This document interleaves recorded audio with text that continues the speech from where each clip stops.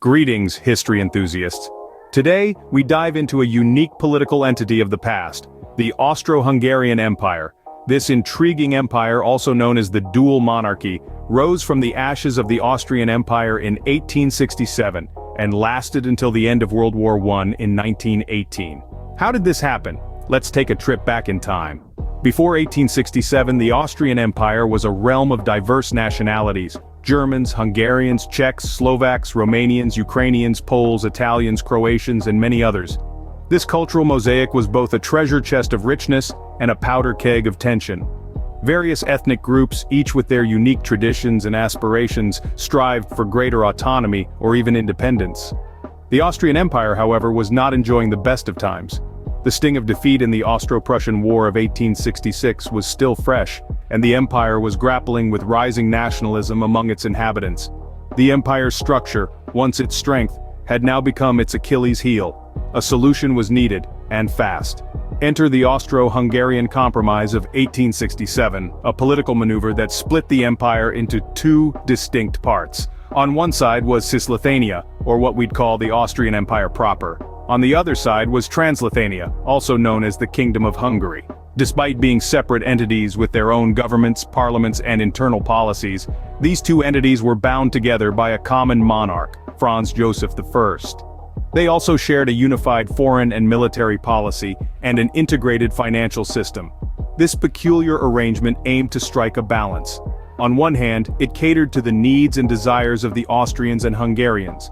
On the other hand, it allowed the monarchy to maintain control over the other ethnic groups. It was a delicate dance of power and compromise, a juggling act of sorts.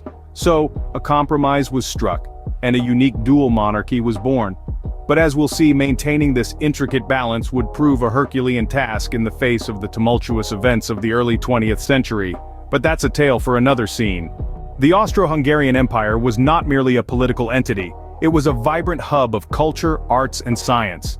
This dual monarchy, straddling the Danube, was a melting pot of different cultures and nationalities, each contributing to the rich tapestry of the empire's cultural wealth.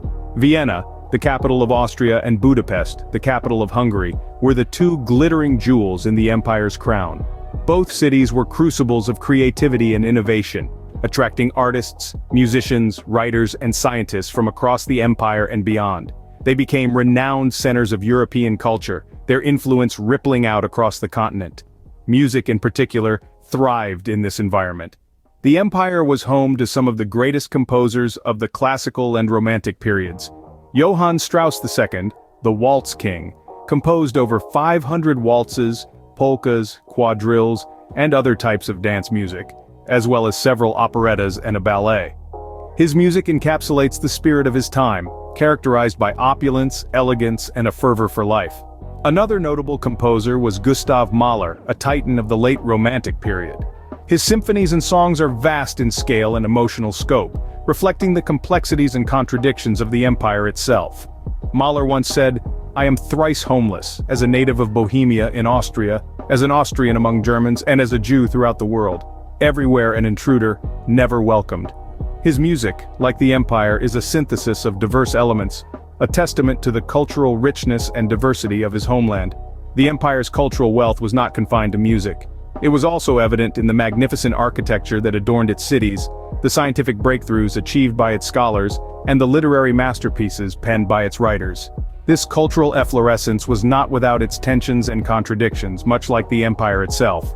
Yet, it was precisely these tensions and contradictions that fueled the empire's cultural dynamism, making it a vital force in shaping European culture.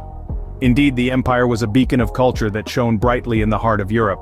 However, all good things must come to an end, and the empire was no exception.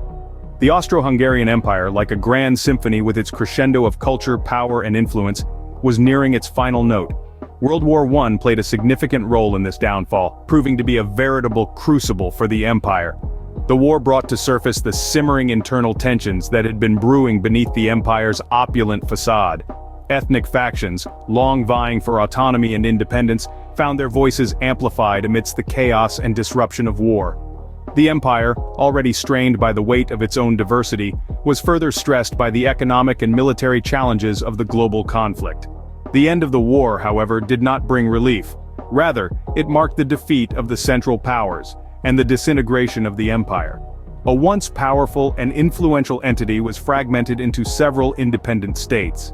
Austria, Hungary, Czechoslovakia, and the Kingdom of Serbs, Croats, and Slovenes, later known as Yugoslavia, all emerged from the empire's ashes. Meanwhile, generous territorial gifts were bequeathed to Romania and Italy. Yet the story of the Austro-Hungarian Empire does not end with its downfall. In truth, its legacy is as complex and multifaceted as the empire was itself. The empire's cultural and scientific achievements are undeniable. Its influence on art, music, and science reverberates even today, with Vienna and Budapest remaining vibrant cultural hubs. The empire's architectural splendors still stand, and the melodies of composers like Johann Strauss II and Gustav Mahler continue to enchant. However, the empire's legacy is also one of political and ethnic challenges. Its dissolution serves as a stark reminder of the potential pitfalls of managing a diverse empire. The Austro-Hungarian Empire, a complex tapestry of culture, power, and conflict, continues to intrigue and fascinate. And thus, the chapter of the Austro-Hungarian Empire ended, leaving behind a complex legacy. The Austro-Hungarian Empire was a unique entity, marked by cultural richness and political challenges. A dual monarchy born of internal strife and external pressures, its cultural diversity was a double-edged sword, generating both wealth and tension. The empire's division into Cisleithania and Transleithania was a delicate balancing act, aiming to satisfy the Austrians and Hungarians without alienating the other ethnic groups. This political entity, as complex as it was, made significant contributions to European culture, particularly in art, music, and science. Yet it was not immune to the winds of change. The assassination of Archduke Franz Ferdinand sparked a global conflict that would ultimately lead to the empire's dissolution. In its wake, new nations emerged, and the map of Europe was redrawn. If you enjoyed this historical journey, please leave a like, subscribe to our channel, and join us for more fascinating tales from the past. Until next time, keep exploring history.